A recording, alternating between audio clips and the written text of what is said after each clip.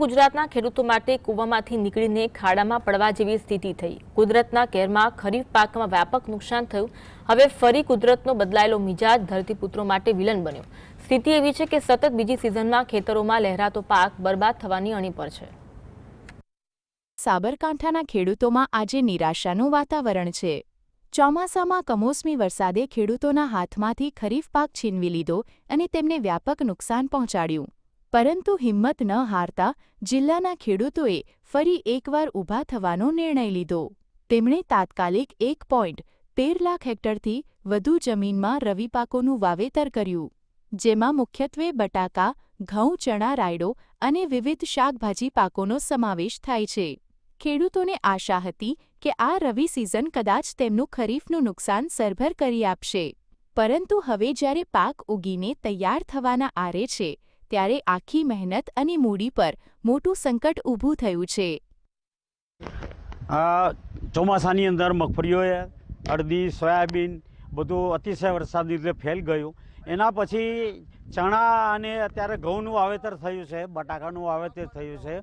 એની અંદર ચણાની અંદર આની અંદર સોયાબીન વાવ્યું હતું અને પછી ચણા વાવ્યા છે। 1 રૂપિયાનો પણ સોયાબીનનો પાક ઘેર નથી આવ્યો।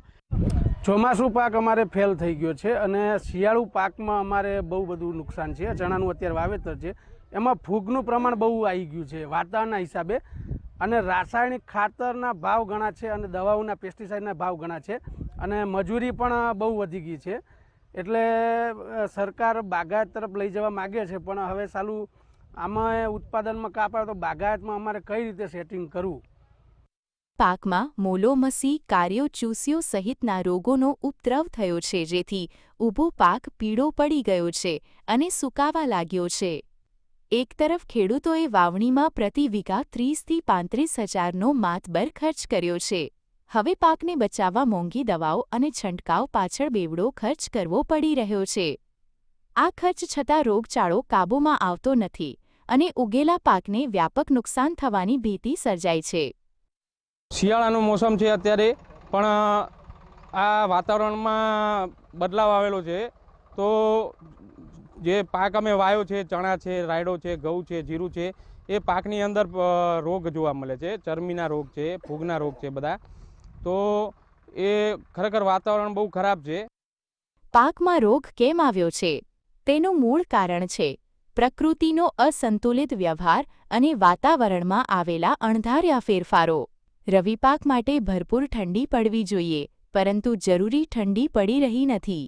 છેલ્લા કેટલાક દિવસોથી આકાશમાં સતત વાદળછાયું વાતાવરણ છવાયેલું રહે છે। ગરમ અને ભેજવાળી પરિસ્થિતિથી પાકમાં રોગચાળો ફેલાવવાનું મોકળું મેદાન આપ્યું છે।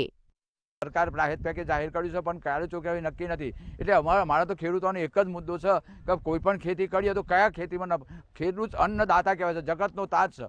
હવે એના માટે અમારે તો સરકારને એવું પૂછવું નથી અને કુદરત ઉપર ભરોસો ના રાખો, પણ વાવેતર કરતા પહેલાં અંબાલાલને પૂછવું છે કે અંબાલાલ અમે કઈ ખેતી કરીએ તો આ અમારો ખેડૂત બેઠો થઈ શકે એમ છે।